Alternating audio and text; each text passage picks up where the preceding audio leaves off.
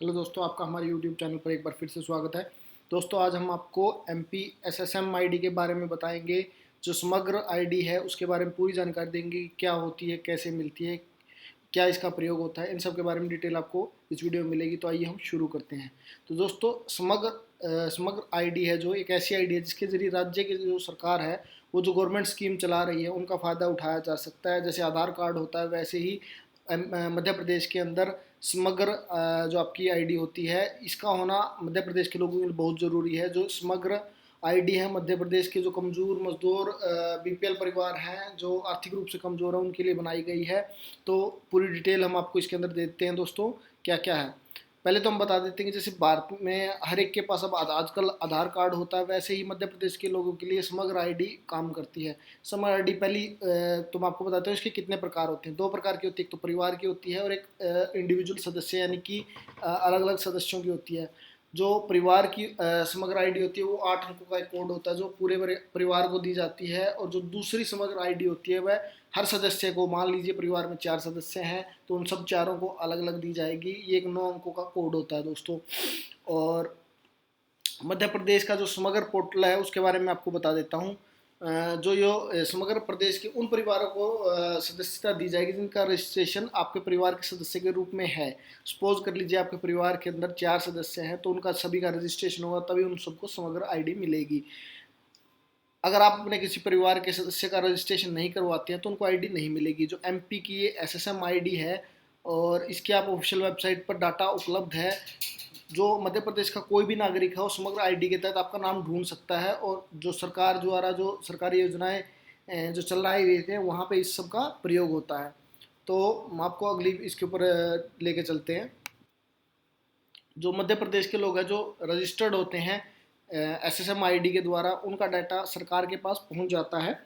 और पहले इस स्कीम में जो आईडी थी स्पेशल छात्रवृत्ति, पेंशन, विवाह सहायता, खाद्य सुरक्षा, इन सब जो विशेष आपकी जो स्कीम है उनका लाभ देने के लिए शुरू की गई थी। लेकिन अब इसका लगभग सभी जगह प्रयोग किया जाता है। जैसे कि कमज़ोर गरीब लोग हैं, महिलाएं हैं, उनको जो स्कीमों का लाभ देने के लिए किया जा रहा है। तो अगर आपने अभी तक रजिस्ट्रेशन नहीं करवाया तो जल्दी से जल्दी अपना रजिस्ट्रेशन करवा लीजिए। और इसका रजिस्ट्रेशन आप ऑनलाइन वेबसाइट पर जाकर कर सकते हैं। इसकी मैं आपको डिटेल बता देता हूँ। जो समग्र की ऑफिशियल वेबसाइट है www.samagre.gov.in समग्र की ऑफिशियल वेबसाइट है। और ये जो स्कीम है राज्य के मुख्यमंत्री द्वारा लॉन्च की गई थी और ये ऑनलाइन प्रक्रिया है, तो आप ऑनलाइन इसमें भाग ले सकते हैं। तो इसका एप्लीकेशन फॉर्म से रिलेटेड आपको मैं डिटेल बता देता हूँ। जो लोग इसका ऑनलाइन या ऑफलाइन दोनों तरीके से समग्र आईडी बनवाने के लिए रजिस्ट्रेशन कर सकते हैं और अपना लाभ उठा सकते हैं। जो ऑफलाइन है, ऑफलाइन के लिए आपको पंचायत या अपने जनप्रतिनिधि के कार्यालय में जाना होगा और एसएसएम आईडी बनाने के लिए आवेदन पत्र भरना होगा। और अगर आप ऑनलाइन करना चाहते हैं तो ये प्रक्रिया हमने नीचे दे रखी है।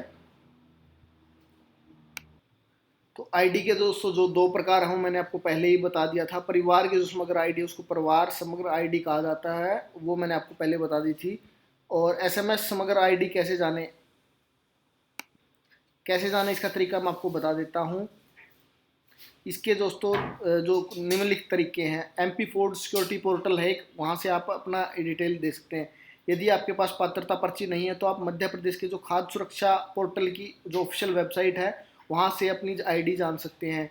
यहाँ अपने ज़िले का चयन करके आपको अपना ज़िला चूज करना है और परिवार की जानकारी के अनुसार आप यहाँ पर डिटेल भर के जानकारी ले सकते हैं। अपने स्कूल शिक्षा जो अपना शिक्षा स्तर है उसकी सूची के द्वारा पिछले साल 1 से 12वीं तक के सभी छात्रों का सर्वे किया गया, जिसके आधार पर समग्र पोर्टल पर डाटाबेस तैयार किया गया था। और ये डाटा वहाँ पर सभी का दिया गया है, जिसके आधार पर उन्हें स्कॉलरशिप जो छात्रों को स्कॉलरशिप का लाभ दिया गया था। यहाँ पे आप क्लिक करके जो क्लास के अनुसार छात्रों की सूची से समग्र आईडी जान सकते हैं। परिवार के सदस्य किसी के मोबाइल नंबर से, यदि आप अपने परिवार के सदस्य के रजिस्टर्ड मोबाइल नंबर से भी समग्र आईडी जानना चाह सकते हैं तो आपको अपने मोबाइल नंबर और आयु को दर्ज करना है, जिसके बाद आप आसानी से अपनी डिटेल देख पाएंगे। अपना फ़ोन नंबर भरेंगे, अपनी एज वगैरह भरेंगे तो वहाँ डिटेल आपकी आ जाएगी। अब मैं आ जाता हूँ इसके लाभ के ऊपर।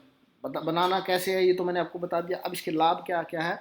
जो समग्र आईडी की जो हेल्प है उसके से आप सरकार के द्वारा जो जो सरकार के पास आपकी सारी डिटेल पहुँच जाती है। और इससे सरकार बहुत सारी स्कीम चलाती है और उनसे देखती है कि कौन योग्य है कौन नहीं है। इस बात की भी सारी जानकारी सरकार के पास पहुंच जाती है, जिससे वो नई स्कीम और लाभदायक स्कीम आपके लिए बना सकते हैं। और इससे जो समग्र आईडी बनने से आपको सारी सुविधाएं उठाने में भी आसानी रहती है। और जो इससे जो सरकार की योजनाएं आती हैं उससे जो गलत लोग इसके अंदर पात्र हों या वो ऑफलाइन के अंदर जो फ़ायदा उठा लेते थे, जो पात्र नहीं होते थे, वो भी आसानी से इसके अंदर छांटे जा सकते हैं।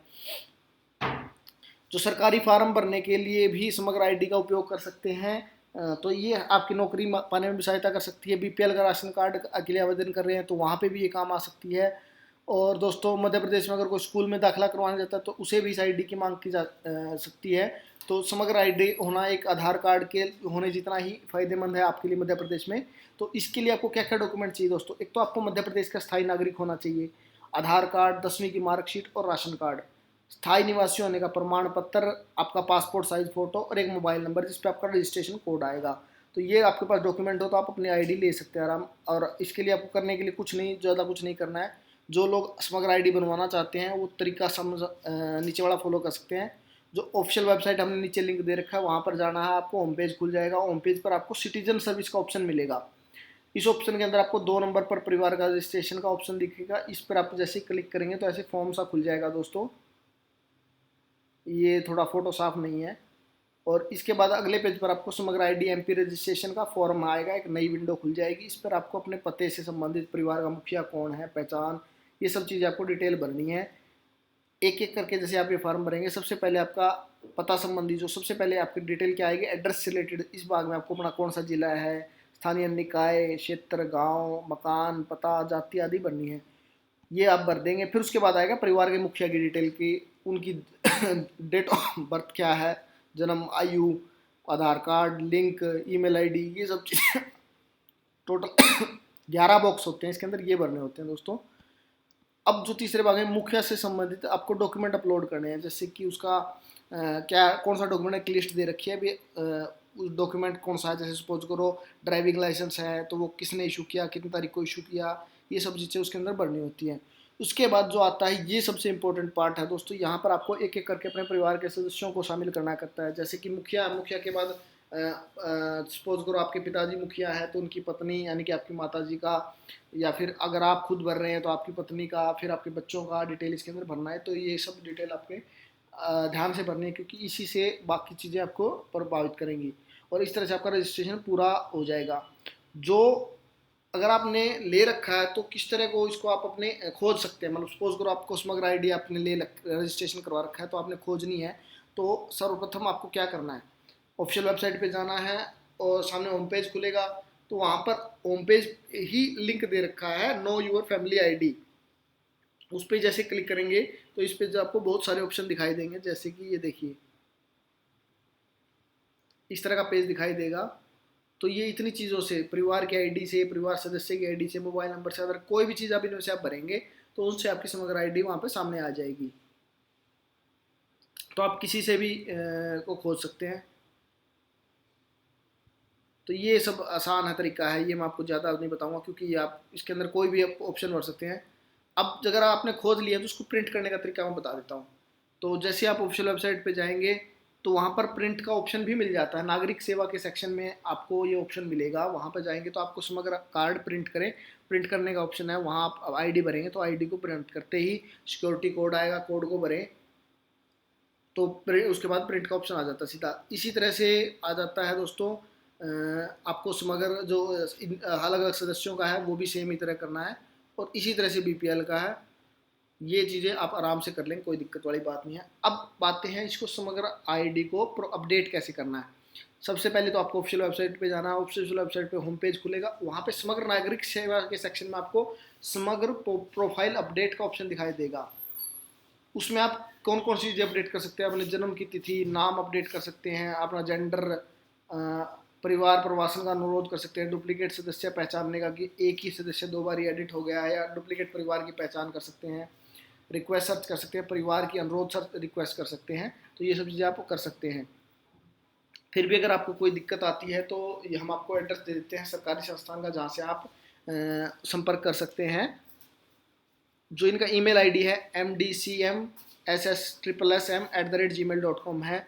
यहाँ पे आप ईमेल पे कांटेक्ट कर सकते हैं, ऑफिशियल वेबसाइट पे भी कांटेक्ट कर सकते हैं, या फिर अगर एड्रेस में आपको फ़ोन नंबर बताऊँ तो फैक्स नंबर तो है 255 266 5 है, फ़ोन नंबर है 0755 255 8391 नंबर है। और पता करूं बताऊं तो सामाजिक न्याय संस्थालय 1250 तुलसी नगर 1250 तुलसी नगर भोपाल मध्य प्रदेश एमपी यानी कि मध्य प्रदेश है, ये एड्रेस है। यहाँ पे जाके आपको कोई भी आपकी समस्या उसका समाधान हो जाएगा दोस्तों। और इससे जुड़ी और कोई आपका सवाल है तो कमेंट में हमसे पूछ सकते हैं और हमारे चैनल के साथ जुड़े रहिए। धन्यवाद।